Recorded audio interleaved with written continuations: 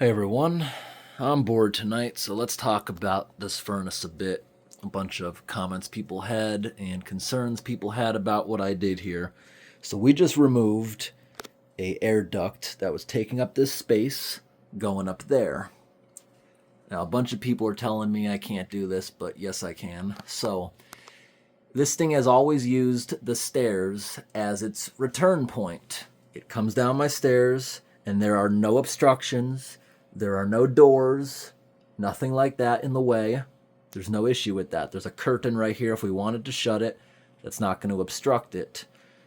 Just like a mobile home, you have a vent in the hallway.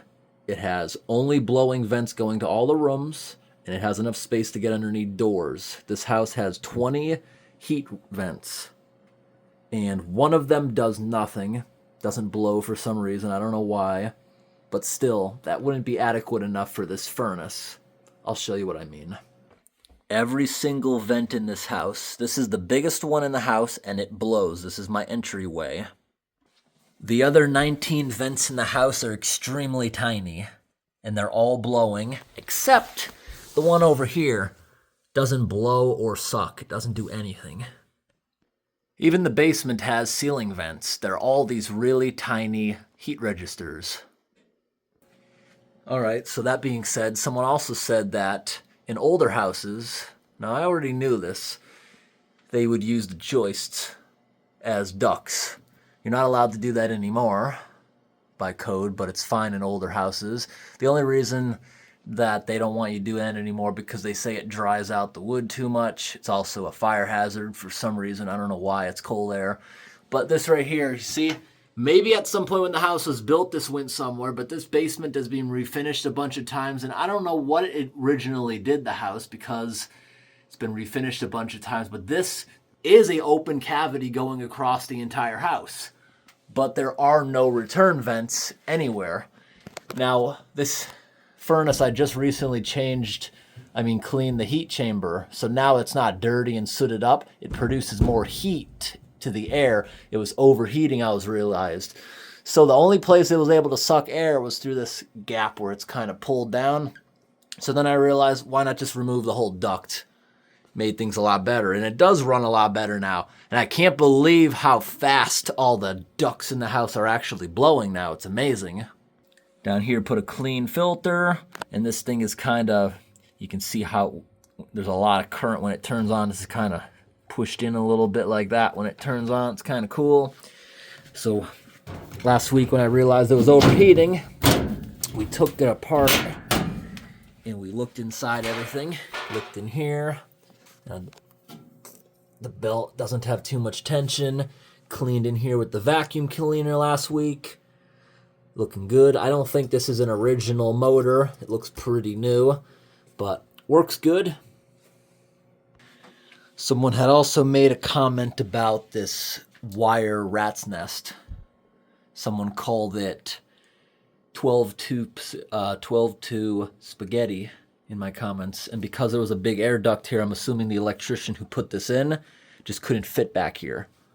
And even a skinny person would have a problem fitting back here. So that's why this is probably like this, because this space was inaccessible until a couple of hours ago. Someone in my comments also wanted to hear this thing running. I made a little short video of it, but we'll do it again. Let's take the cover off of this whole thing. Take a look on the inside. And it looks like the manufacturer date's right there in 2000. So this thing's a year older than me, actually. And it was made in Canada. That's what all this stuff in here says. So last week I was having an issue and I had to clean the burn chamber in here. So this right here kept going off, and it was because the sensor was telling it was dirty. Randomly, I had to come down here like every hour, push that button to get it to keep running.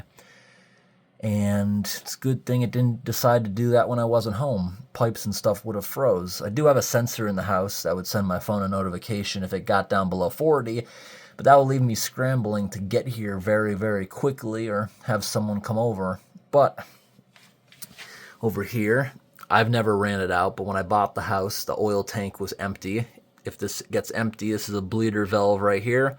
You push a button and it will run the pump and you put like a bottle or something under here until all the air is out, because air is not good for it. And I like these old furnaces because they don't have a lot of computer technology on them, not much to break. This entire unit right here, the burner right here, if you want to call it that, the motor here, can be replaced without having to replace the whole unit, which is really nice. These older ones were more reliable. This runs at 83% efficiency, which means 17% of its heat is lost up the chimney. And newer ones aren't very much different with the oil burners.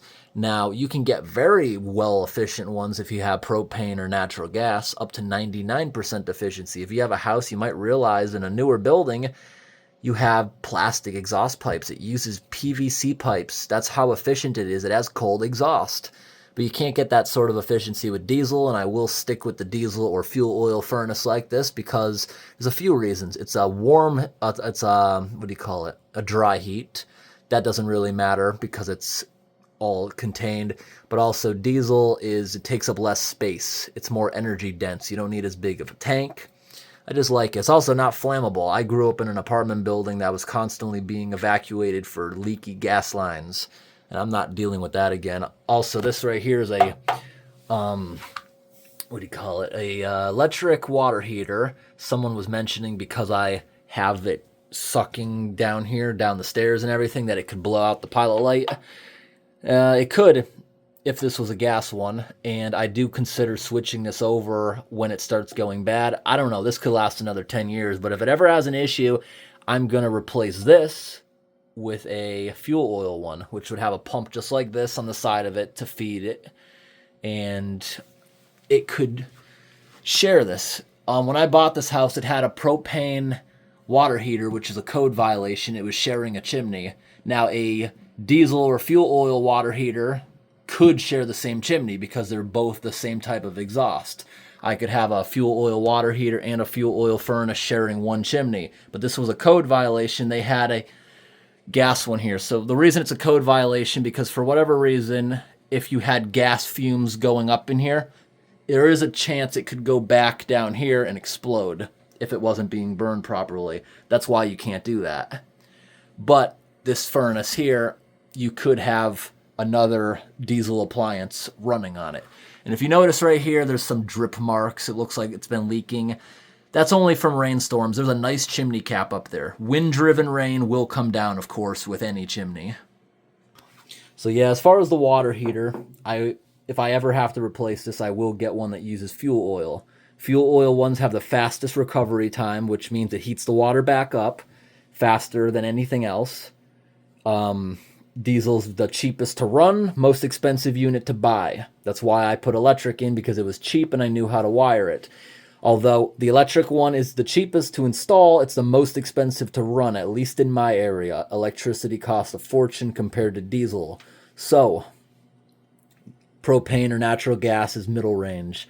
Middle range to buy, middle range to run. Most people do that. Most people do not have a diesel water heater, but I will install that if this one dies, or if I just get tired of this being half of my electric bill, which I'm already starting to. A diesel one would pay for itself in a couple of years, I believe, compared to this one. So this has a recovery time of about 25 minutes. A diesel one supposedly has a recovery time of less than 8 minutes. That's what the furnace guy told me, who would be the one putting it in for me. I put this one in myself. I had a plumber hook it up, but this right here is me. Goes up there. That's a double pole 30 amp switch, which is required by code if you cannot see the breaker box. Because if you're in here working on it, somebody could flip the breaker and kill someone. That's why you have to have a shutoff in the room, just like the furnace. It needs to have a shutoff in the room, and it also has one around the corner in the other room, another shutoff. I don't know why it has two switches. That's a mystery. Even the furnace guy told me that's a mystery. He thinks the other switch may have been, years ago, there may have been a diesel water heater here. That's what he thinks it is. That's why he thinks there's a second shutoff. He thinks it was for a former water heater, since it doesn't do anything. Originally, the old water heater was back here in the corner. Why didn't I do that? because the chimney was leaking all over it. And an electric water heater especially, I don't want that being water all over it. It's such a hazard. So now if this thing drips, it's free to drip onto the floor and dry up. And I have a little access door right there from the other room I made.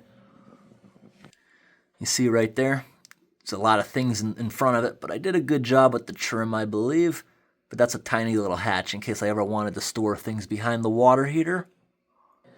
But somebody in my comments really wanted to see this work, so we're going to loosen this up. We're going to turn the furnace on, and we'll show you it running, like it burning in there. All right, we're going to override it. When I bought this house, I saw this thermostat in the basement, and there's also one upstairs. I was like, oh, cool, it has 2 different zones, because bigger houses will have 2 separate systems in the same furnace. So what that means is you could turn on just the vents in the basement, just the vents on the second floor. If that's not the case, this or the one upstairs both turn the same furnace on. So obviously don't ever put the one in the basement on a good 70 degrees because it's going to bake the upstairs at probably 90. That's why downstairs basically leave it off all the time. But let's turn it on. All right, it's just started heating up. You can give it like 5 minutes, the blower fan will turn on and start sending heat upstairs. All right, let's get that thing open and I'll show you the flames. All right, I just had to get my power bank because this phone's about to die that I'm recording on, and the power bank doesn't have a good connection. It just, the charging keeps turning on and off. But okay, I just loosened this. Now we can get a peek inside. Look in there. Look at that. Look how hot it is in there. Whoop.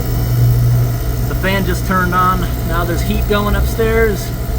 So this right here, we got a fire burning in there, and basically you got the heat going up, then it goes up through the chimney, but you have those coils with the heat, and now you got the air blowing over them, and that's how it heats.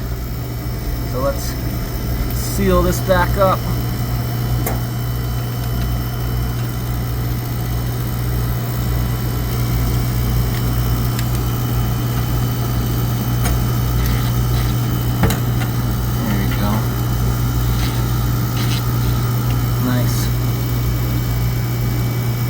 All right, turn it back down. All right, let's put the cover back on. Now this has stopped burning, and the fan will continue to run until it gets cold. All right, and one more concern that people had in my comments was saying, well, if you're suddenly needing to suck all this air from this room, well, you're gonna suck it down the chimney with all the fumes. Well, right now it's running real good, and we're even gonna try shutting this curtain right here, and by doing that, you see it's trying to suck. You see it is. It's sucking a lot of air, but yet the chimney is still drawing perfectly. You see that? It's sucking some air from the house and going up the chimney. Someone was saying that with all the extra pressure in here, it might try to pull from this. If it tried to pull from that, first off, it's gonna do that, and I do see how it could possibly do that, but this right here is hot enough to burn you. Heat creates an updraft. That's actually sucking pretty hard out. Yeah, so that's not a concern. This is sucking air pretty well. Yep.